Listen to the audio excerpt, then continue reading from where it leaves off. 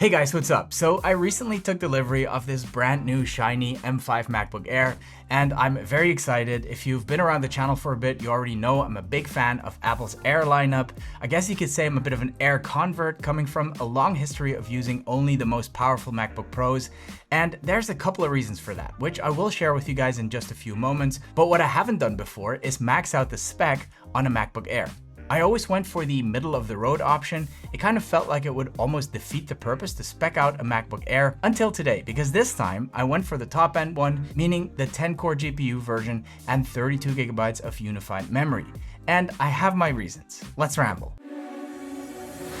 Hold up, place go wild when I pull up. They all on me like it once. Alright guys, so I was going to do a full unboxing with you, but I think we've seen all the unboxings of this thing we can handle by now. I did film the unboxing when it came in, so let's just condense this to a few observations I did make. And let's be honest, unboxing a brand new Apple device never really gets old. For my last two Air models, I went for the Midnight and the Sky Blue option respectively.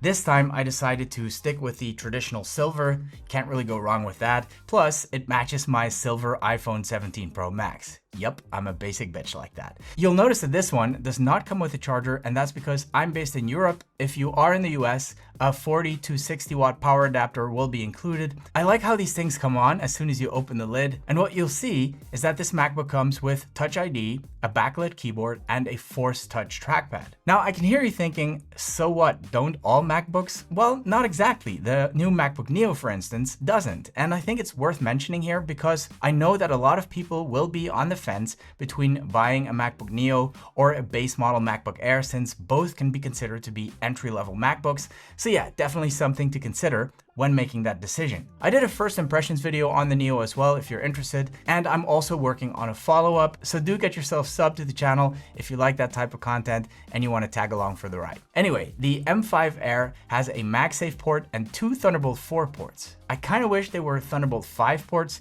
but hey, even the base M5 MacBook Pro has Thunderbolt 4 ports, so I guess this was to be expected. It also has a 3.5mm headphone jack, which I personally appreciate very much because I do intend to use this thing as my main editing machine while traveling, and I guess I'm giving away part of the reason why I maxed it out here, but that's okay, we'll talk more about that later. As you can see, the notch is still very much present. Personally, that has never bothered me really, but I know some of you guys really hate the notch, so yeah, sorry guys, it's still here. Guess what MacBook doesn't have a notch, by the way? The Neo. After installing it, there's always a few things I do, like a couple of apps that I use. I like to use third-party apps because I do switch between systems as a reviewer and I can't really rely only on Apple apps. But the second thing I do is invert the trackpad direction. I just hate the natural scrolling direction. I can't stand it, and apparently that makes me weird. Now please guys, if you change the scrolling direction too, do let me know in the comments. I need to know I'm not a psycho and that other people are weird too. Right, let's address the massive elephant in the room before we get into any of the details. A maxed out MacBook Air puts you right into MacBook Pro territory. It does. And at that point, it could make more sense to just buy a MacBook Pro from a pure performance to cost perspective.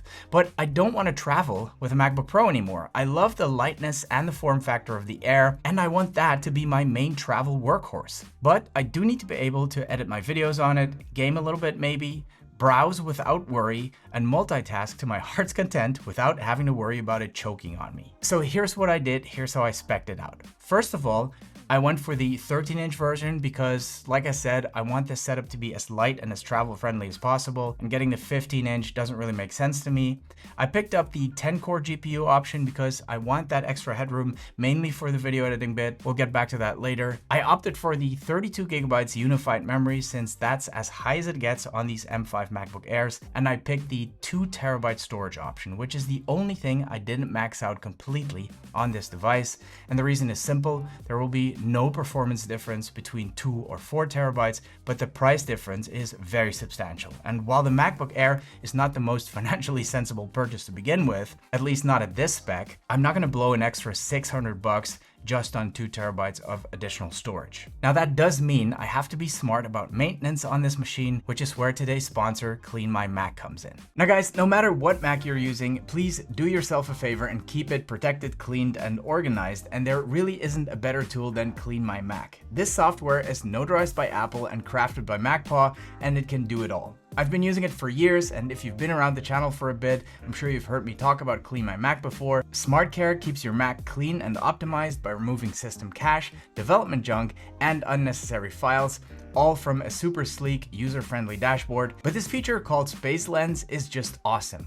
I mean, this is what storage management should look like. Space Lens gives you a super clean and detailed map of your storage on both internal and external drives, with folders shown as bubbles of various sizes so you can identify all the large and not so large files at just a glance. No more digging through folders and settings menus. You can dive right in and find those files that have been cluttering up your machine. My favorite part is that when you click on one of the bubbles, the files inside the bubbles will be organized in the same visual way. Select the files you want to review and potentially remove from the left-hand menu, and CleanMyMac will do the rest. It is so convenient. A cloud clean feature, which can even take care of your cloud storage like Google Drive or iCloud. And My Activity shows how much space I've reclaimed over time and exactly how much manual effort I've avoided.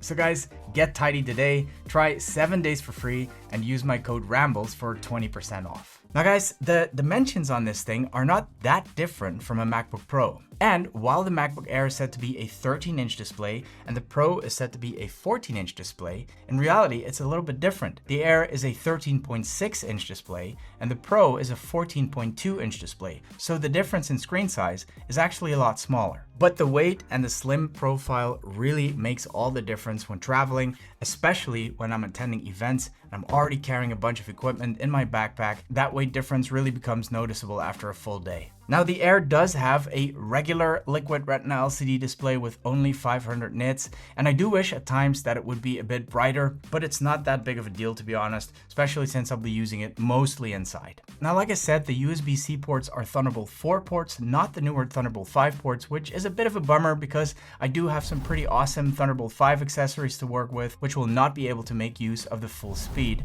But the same is true for the base model M5 MacBook Pro, so I guess we can't really complain about that. The more powerful Pro and Max versions of the MacBook Pro do have Thunderbolt 5, by the way. Just something to know. So yeah, just the 2 USB-C ports for this guy. So the dongle life is real and it will be a trade-off. But with that said, in reality, I only really find myself reaching for a card reader every now and then, SD cards that is, when I'm traveling, and they can be very small, so I don't really notice them in my bag. Sound-wise, there are 4 speakers, just like there were on the M4 Air. They sound okay, they don't sound great, but they're fine for media consumption and a bit of music in your hotel room or something like that.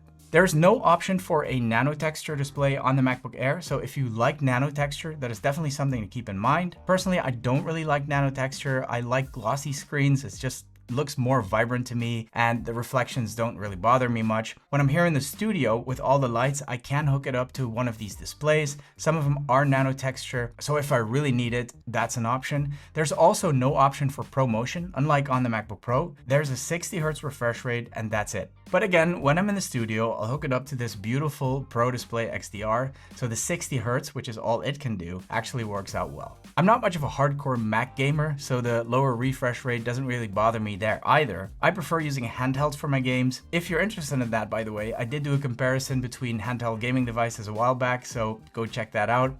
Anyway, my point is that this is why the 60 Hz is not so important to me personally. That is not to say that you can't game on the Air. You absolutely can, and slowly some nice AAA titles are trickling in, becoming available on this Mac. Side note though, who the hell is gonna pay this much money for Cyberpunk? Are they out of their minds? Now to come back to that 60 Hz refresh rate just for one more minute, most work I'll be doing on trips is either static office type stuff, Word, Excel, boring stuff like that. And now we're getting to the crux of things, because the main reason I maxed out this MacBook Air is because of video editing. And as much as I loved my M4 MacBook Air as my travel editing machine, as some of you already know, I was met with that spinning beach ball of death a few too many times. I didn't max out the M4 Air, I went for that mid-range model like I said before, and I regretted it mainly for this reason. So this time I decided I wanted to get the highest, most powerful spec I could possibly get on the MacBook Air. I figured that the 10 GPU cores, the extra RAM, the more efficient chip, and the higher storage could make this a viable travel editing machine for me. And I have to say, so far, so good. I've seen far fewer beach balls. Come to think of it, I'm not sure if I've even seen any beach balls actually. And the render and export times have been faster, but not always. There have been times that it has actually exported videos slower than on my lower spec M4 MacBook Air, and I just couldn't get my head around it. Now, I had a little chat about this with some of my fellow tech YouTubers in one of our little group chats, and it was actually my buddy Kyle Erickson who flagged that this might be down to poor thermal management on the M5. He used some heat equipment to run a couple of tests, and the M5 turned out to run significantly hotter than the M4. So it would make sense that this would throttle the performance at those times. By the way, check out Kyle's channel if you haven't already. He makes awesome content. Anyway, I do hope Apple finds a way to fix this heat issue, perhaps in a future upgrade. Now, again, I realize that this is not a super sensible purchase, okay? You don't need to tell me that. Any video editor would probably tell me to just bring a MacBook Pro. If you want to do pro things, you need to use a pro device. I know, trust me. And I agree with that to a large extent, but I don't want to bring a Pro. I like my Air. I want to keep my setup light, and that's why I chose to spec out my MacBook Air to make sure that I can do as much work as possible on this machine. Now, I realize I'm approaching all of this from a bit of a privileged position. I have a very powerful M3 Ultra Max Studio sitting in my office here that handles everything I throw at it and then some. So I feel like I don't need a very powerful MacBook Pro as well. So this should be the perfect combination for me, my very powerful computer over there and this one for travel. And I really do hope this maxed out M5 Air delivers all the M4 Air couldn't, because the M4 was almost perfect. Almost. Guys, thank you so much for watching. Please give the video a like if you enjoyed it, and see you in the next one.